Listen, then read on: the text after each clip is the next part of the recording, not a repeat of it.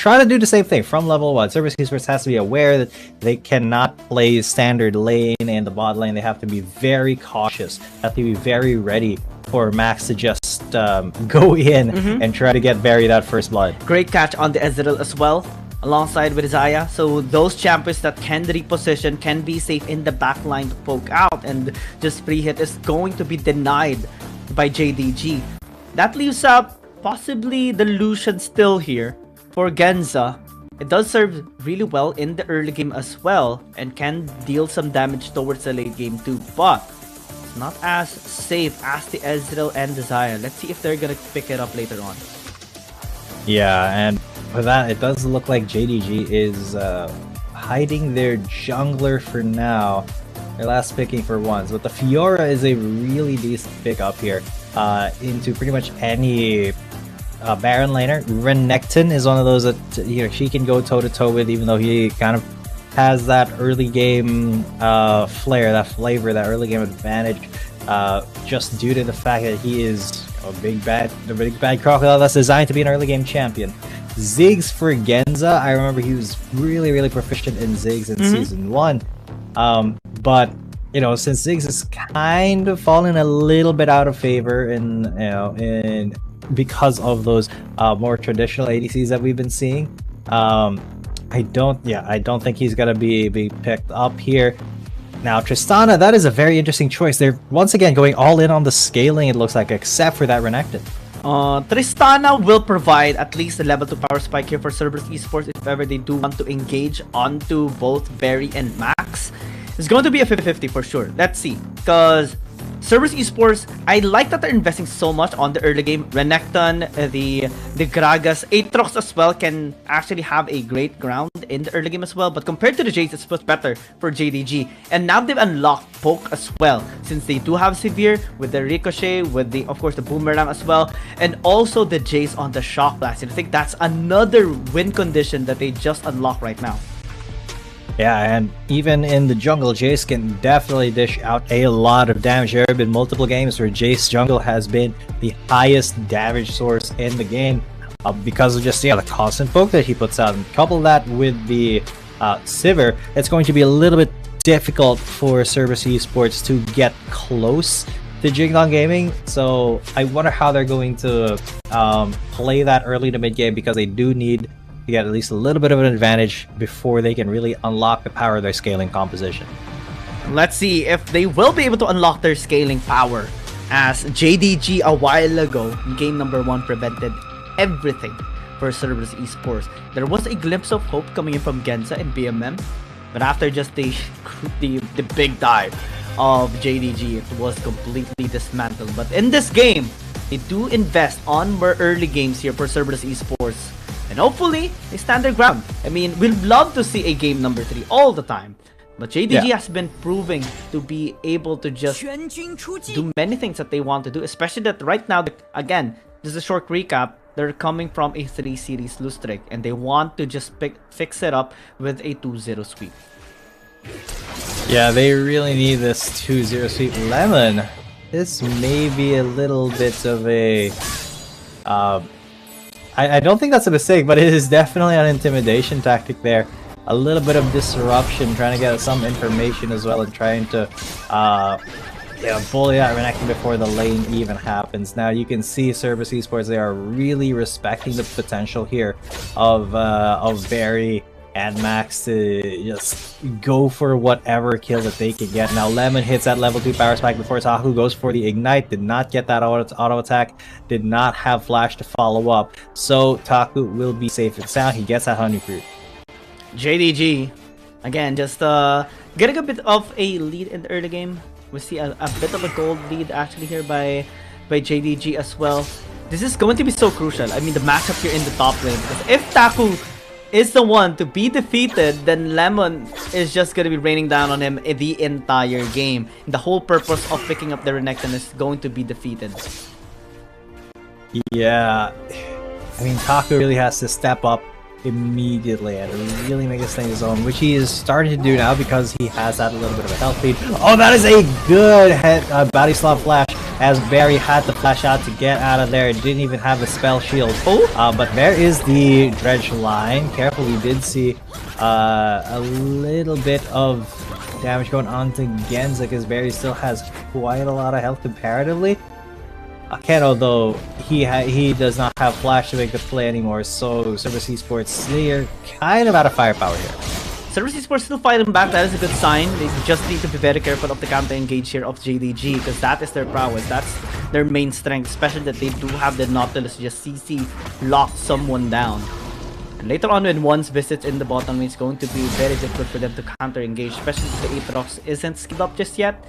So right now, I think it's just a great time for Cerberus Esports to just focus on scaling in mid lane and in bottom lane. Top side, I think, is much more needing a gank coming in from Y1, because if this Renekton wins against the Fiora, then that can be snowball lead for Cerberus Esports.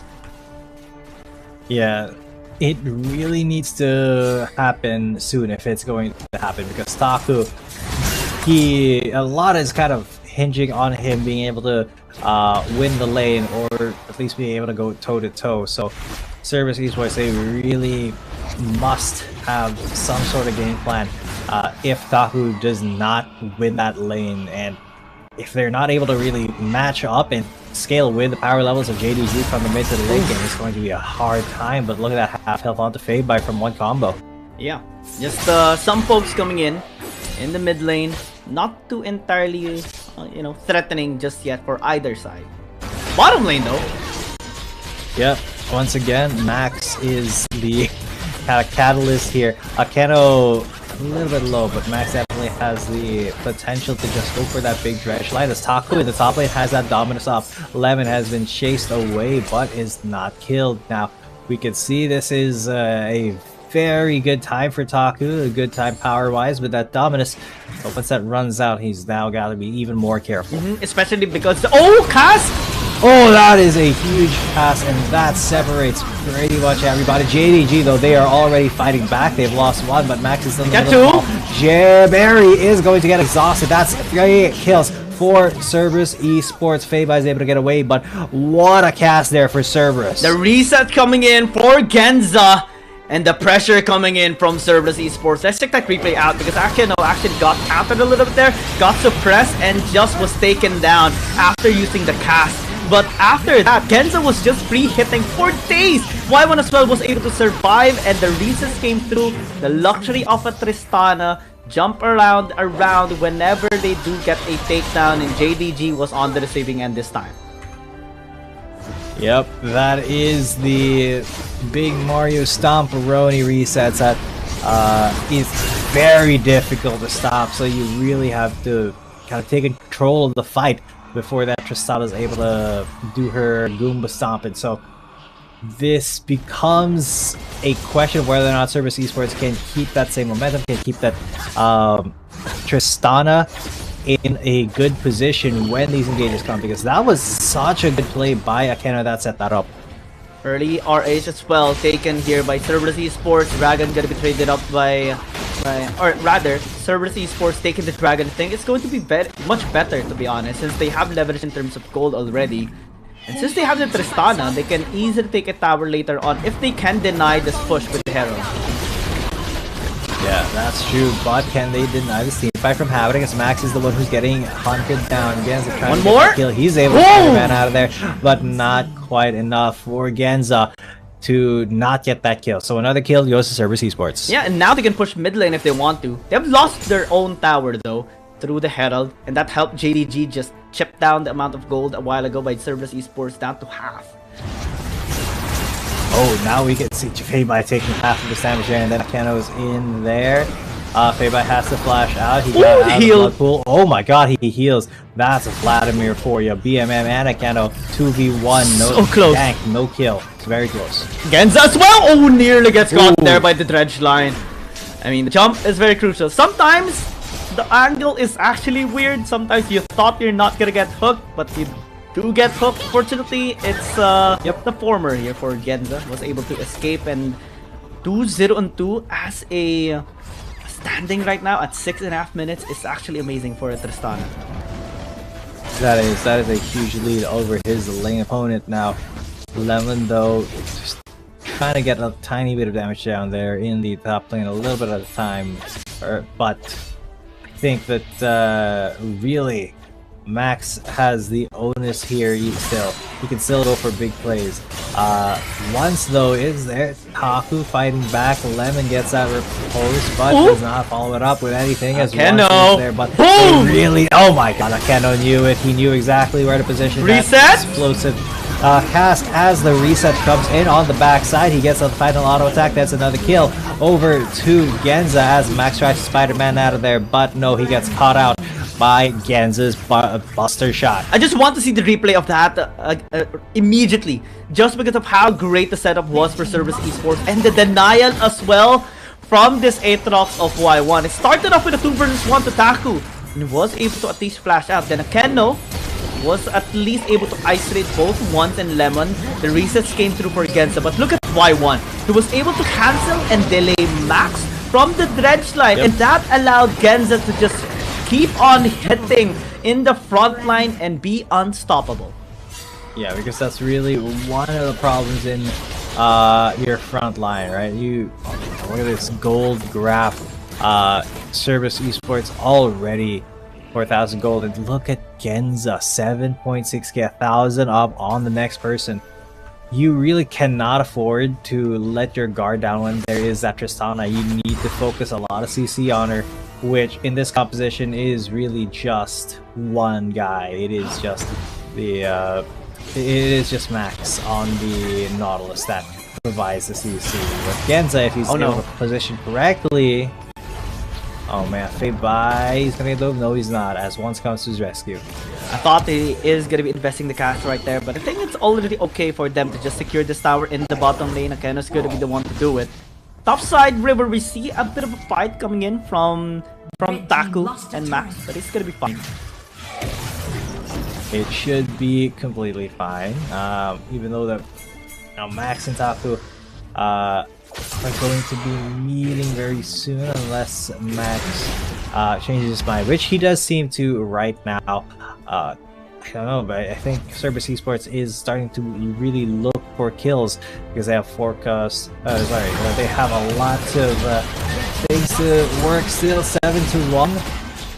A lot of ways for this to go wrong for JDG, but Cerberus Esports just need to cross their T's, dot their I's, and keep going. Genza is incredibly fed. I mean, the only way for them to accelerate this game even better and scale up better than JDG is to keep on applying the pressure, like what you mentioned earlier. Cerberus Esports having 6,000 gold lead is definitely a better sign than game number 1. And we see even Taku having a great time in the side lane. This time around, 2 members of JDG is going to be there to push up this tower, at least secure a bit of gold here for their side as well. But with the second dragon spawning up, Y1 is not gonna hesitate at all taking this for Cerberus Esports. And now with Soul Point Cryo and advantage, this is looking good for Cerberus Esports. It's looking good indeed. They are now the ones in the driver's seat, and Max can't flash Depth Charge to get them, and he actually tries to dredge line onto Y1, but he hit a minion, and with that explosive cast, they will just take that tower away from Jingdong Gaming. I mean, the main priority there of Cerberus Esports is to just take the tower, and they invested Akeno's cast to be able to prevent JDG from following up. Oh wow, that is very, very low for Barry. Very low. Yeah, he really had to get out of there uber quickly, but this is the point in the game where you can't even chill in your own jungle anymore without any wards. You can't chill under your own tower. See, Max is just trying to relax under his tower, has to go for a dredge line, did not hit Akeno. Yeah, fortunate there for Akeno, it was not been in range for that dredge line for Max. Taku as well is able to just recall in that brush. Unfortunate for Feibai, was able to spot him out and had no vision in there as well. And Cerberus Esports is getting everything that they need and want here in this game without being contested. In seeing them be able to contest the rotations and positions here of JDG, just looks so good right now in their position, in their attempt to push this to game number 3. I feel like Cerberus Esports, they are They are attempting, yes. It's technically not over, but they are very, very powerful. All it'll take for them to lose this, though, is a mistake on their part. JDG, they are just clearing waves. They're going for, you know, a stall kind of thing so they can start to scale up as well. But if you pressure them by bringing everybody to the mid lane or one side lane, then it becomes much easier to leverage that that pressure that JDG feel. And JDG needs to have a better answer this time around, better target selection as well. We saw the potential of Max earlier in game number 1 on the Nautilus, even had the MVP performance in game number 1, but this time around we're not seeing the single target lockdown of this Nautilus of Max. He needs to find ways for them to pin down Genza, pin down Y1 before BMM becomes unstoppable. Yes, as they've already pinned down Max, and he is going to get ignited. All of the CC has been thrown, but he is not going to die, not at all. As the rest of the Service Esports gang, they make it towards the Baron pit. Oh, Max is still looking for something. Engage! Very big engage there. As they're fixed down, and it is going to be the Baron secured by Cerberus Esports. They sacrifice one man for it, but that should be enough.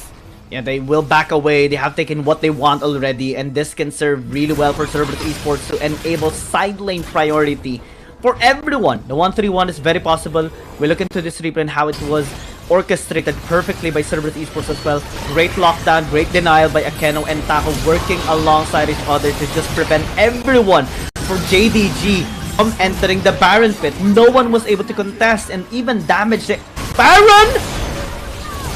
Oh god, that is going to be lemon down already. Genza just Goomba stomping every bear. Dead. Barry took 3 hits, and then he goes into stasis. Fei-Bai at least is going to finish him off as BMM. Look at all that damage by Fei-Bai. Good shutdown onto Genza, but is it too little too late at this point? I mean, JDG having a shutdown is good.